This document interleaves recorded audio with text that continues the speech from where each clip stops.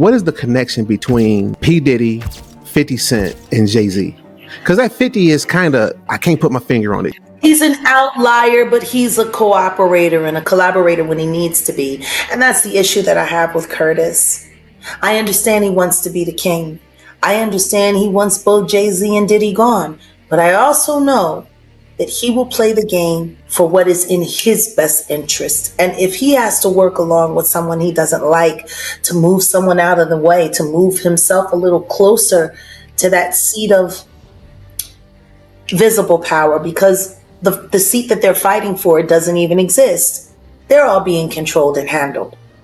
Jimmy Iovine is running 50. Lucian Grainge is running Diddy. And Warren Buffett is running Jay-Z. None of these people, this is all fake power. And if it were real, how in God's name could they destroy and decimate Kanye for defecting? And he goes from being a 4 billion on the books to only having 400 million. If he earned that money and it was real, how did it disappear because people just stopped liking him? I know plenty of people that haven't liked a lot of wealthy white people here in America, and it never just disappeared their billions. Well, when you're black, your billions can be disappeared. So that means they were never yours to begin with. That means they were always contingent upon something. Are you saying that because, you know, you on the inside, right? And we're on the outside, and we hear different things and we see different things and put stuff together.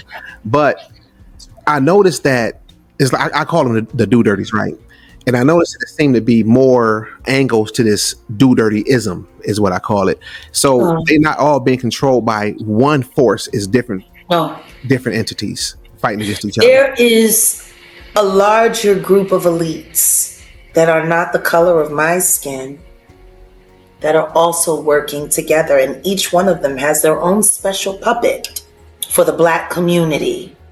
Sometimes they work together. Sometimes they disagree and they compete. And you watch the same behavior translate down to the lower minions that fall under the front people, like the Jay-Z's, like the Diddy's, like the 50s, like the Rick Rosses, like the Drakes.